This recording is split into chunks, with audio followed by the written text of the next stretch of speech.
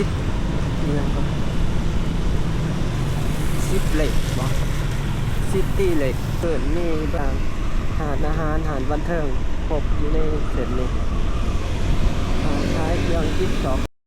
ย่ามออกมาแลนรถกับคิดหานชีวิตคนเรียก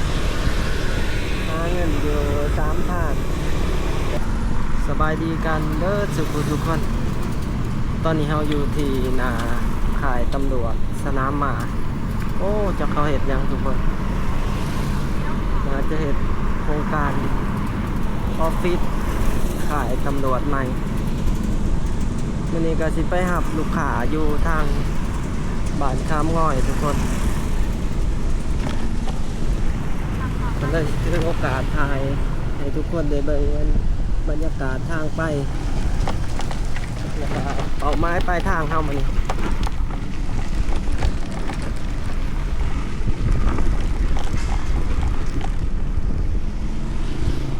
คือว่าเฮาก็กำลังกลับมาหับลูกค้าอีกเช่นนึงหลังจากลงไปไต่มากอะคือว่าพักไม่โดนเนื่องจากว่าเฮาเป็นไข่ตอนนี้ก็กำลังกลับมาทำงานแลนรถอีกเช่นนึงแลนแอปแม็กซิมทุกคนอีก1 กิโลบอนที่ลูกค้าเฮาอยู่นี่ก็เป็นเขตโศกค่ำต่อกับบ้านแสงสว่างทางข่ายตำรวจสนามหมาเรือกรมคุ้มครองสมนุขั้วเนี่ยในเขตนี้ตำรวจที่ว่าเบิ่งแย่งเกี่ยวกับสมนุขั้วนะทุกคนประมาณ750 เมตร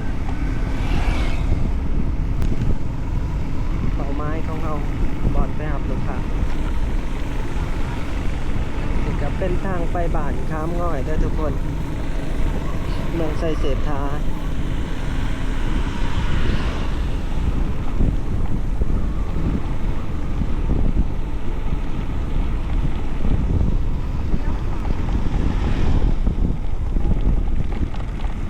ทางนี้ก็ถือว่าเป็นหมู่บ้านมีบ้านน้าแนนในเขตบ้านเพื่อน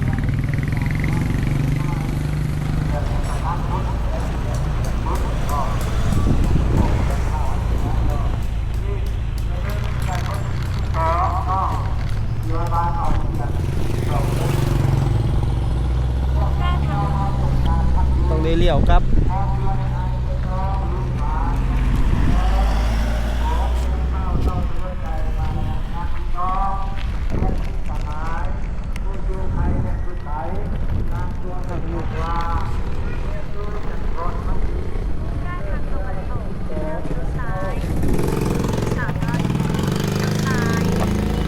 คอยเลยพาทุกคนมาทางนี้มื้อนี้เลยได้ถือโอกาสพาทุกคนเบิ่งทางนี้เลยอีก200 เมตร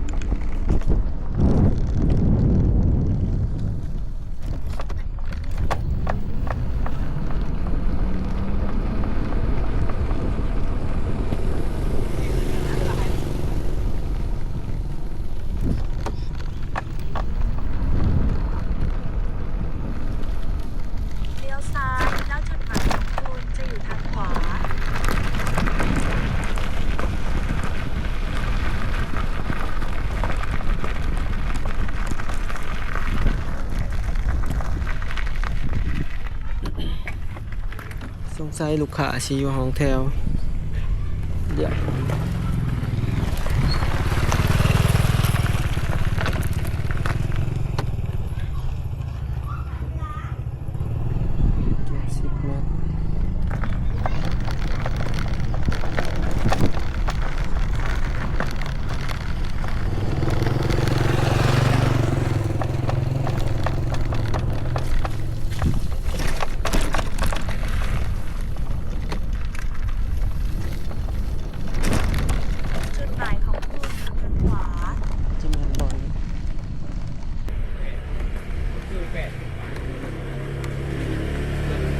ตอนนี้เราหอดจุดที่รับลูกค้าแล้วเดี๋ยวเบิ่งลูกค้าออกมาลูกค้าอยู่ใส่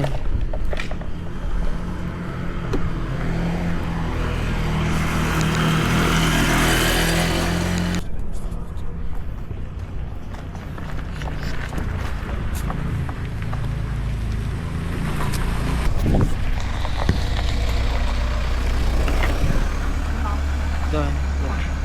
ไปซีวีไลน์บ่ แม่เพื่อนก่อนเลยอยู่ในโฮมอย่างเปีย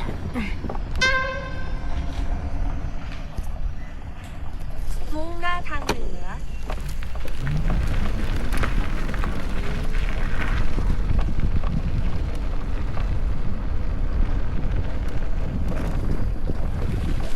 อีก400 เมตรเลี้ยวซ้าย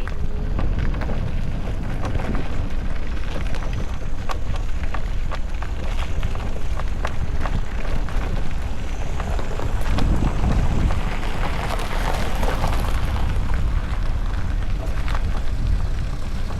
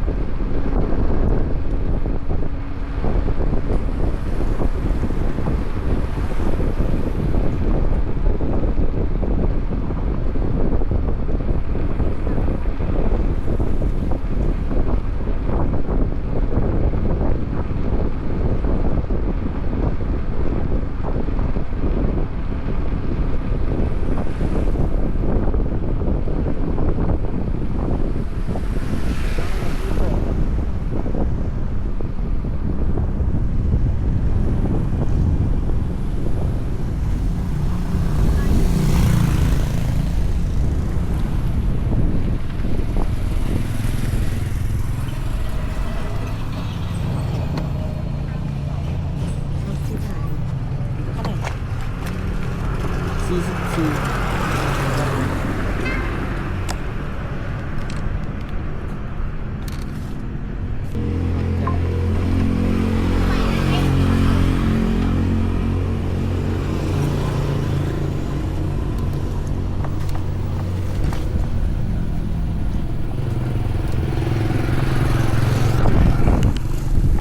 ก็เสร็จภารกิจเฮามาฮอดบ้านศรีวิไลต่อกับเขตผักขาวทุกคน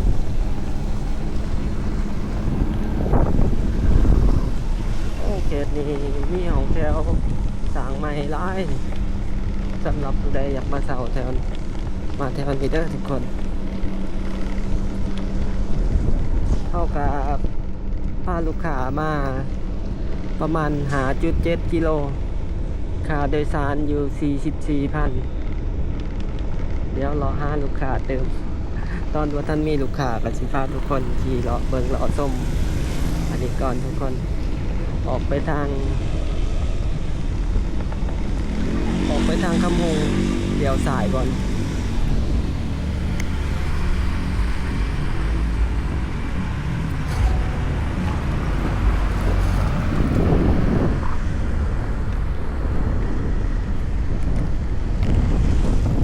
ตัวนี้เส้นทางตัดไปตลาดผักขาว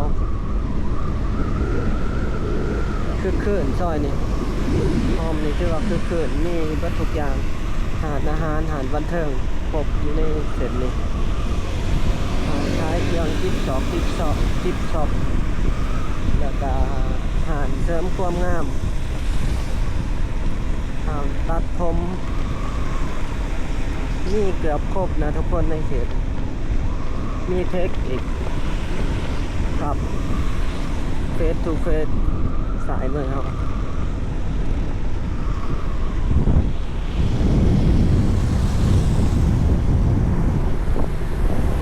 เดี๋ยวจะพาทุกคนเลี้ยวครัวออกไปทางคำหงออกใส่เส้นทาง400หนามอซ่อเดี๋ยวครัวไปนี่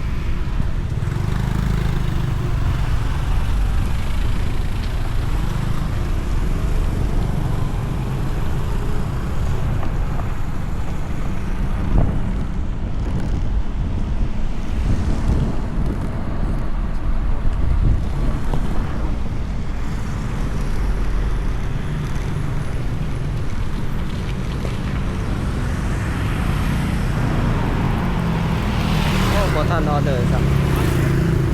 ออเดอร์เขาจริงโอเคนี่ก็ถือว่ามีการก่อสร้างของแถวใหม่หลายเนี่ย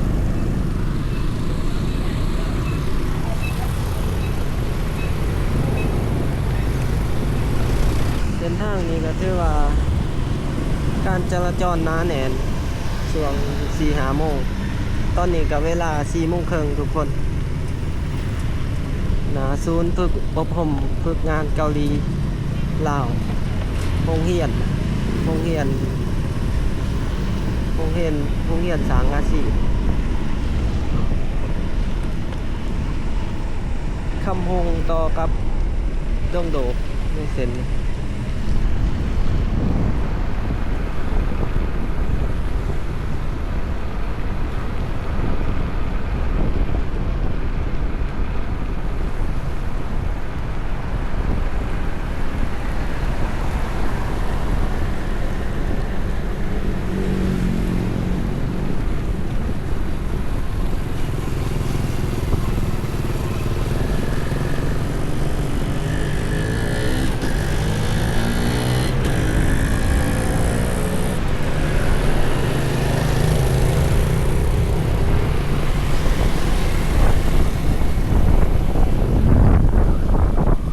นี่ก็เขตบ้านกำพง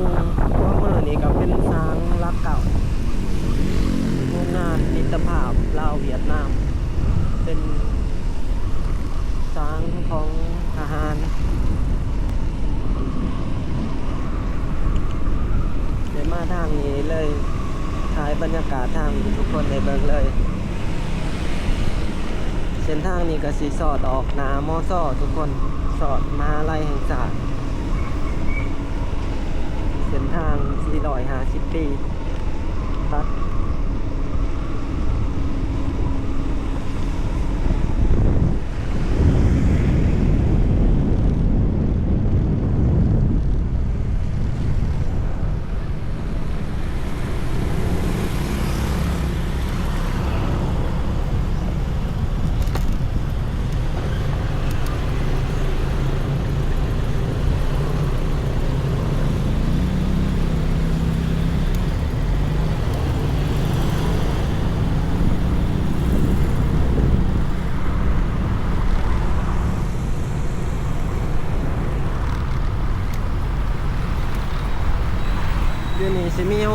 ได้ทุกคนอยู่สายมือนี่เป็นตึกที่เราเห็นซิดเนี่ยก็ซิดเหล็กบ่ซิตี้เหล็กซิตี้เฟล็กเป็นห้องนั่งมือหนาจะพาทุกคนเขาไปเบิ่งซื้อไปกับเขาไปมอซอถ้าเขาสีเหลียวพาทุกคนเหลียวครัวขึ้นเมื่อเบิ่งบรรยากาศเส้นทางหนามอซอบริการเส้นนี้กระโดนเติบนะ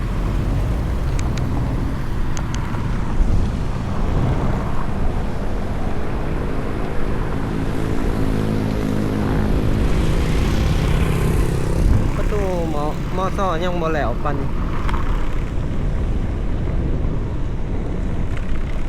ยังก่อสร้างกันอยู่ฝ่ายบีอาร์ทีตัวนี้ก็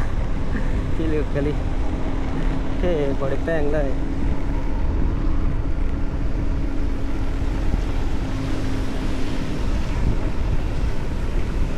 รู้สึกว่าเงียบเป็นช่วงนี้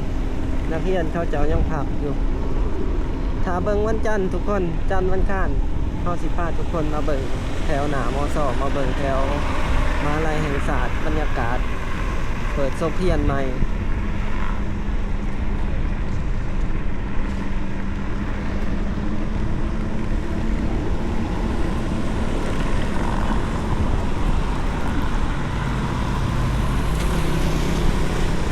ในเขตนี้ก็มีธุรกิจเปิดใหม่โรงแรมสร้างใหม่ก็หลายก็สิประมาณนี้ทุกคนสำหรับในคลิปนี้พาทุกคนเบิ่งบรรยากาศได้มาส่งลูกค้าทางนี้อันนี้เราก็สิขี่กลับละหาลูกค้าทางกับพอได้กลับไปหอชีวิตแต่ละมื้อก็วนเวียนจังซี่แหละทุกคนโอ้แล่นรถแล้วก็ถ่าย YouTube แล้วก็เฝ้าห้านก็ปิดเปิดย่ามออกมาแล่นรถก็ปิดห้านชีวิตคนเวียนหาเงินอยู่3ทางไปทางละเล็กละน้อยเฮ็ดหยังก็บ่สุดพอตำนี้ล่ะทุกคนบ่หลับบ่รวยเฮ็ดไปล่ะทุกคนประมาณนี้เด้อทุกคนสำหรับในคลิปนี้ถ้าผู้ใดมักก็อย่าลืมกดไลค์กดแชร์กด Subscribe เพื่อเป็นกำลังใจให้กันตอนนี้บ่เงินใช้ก็ต้องขอกล่าวคำว่าขอบใจและกันสบายดี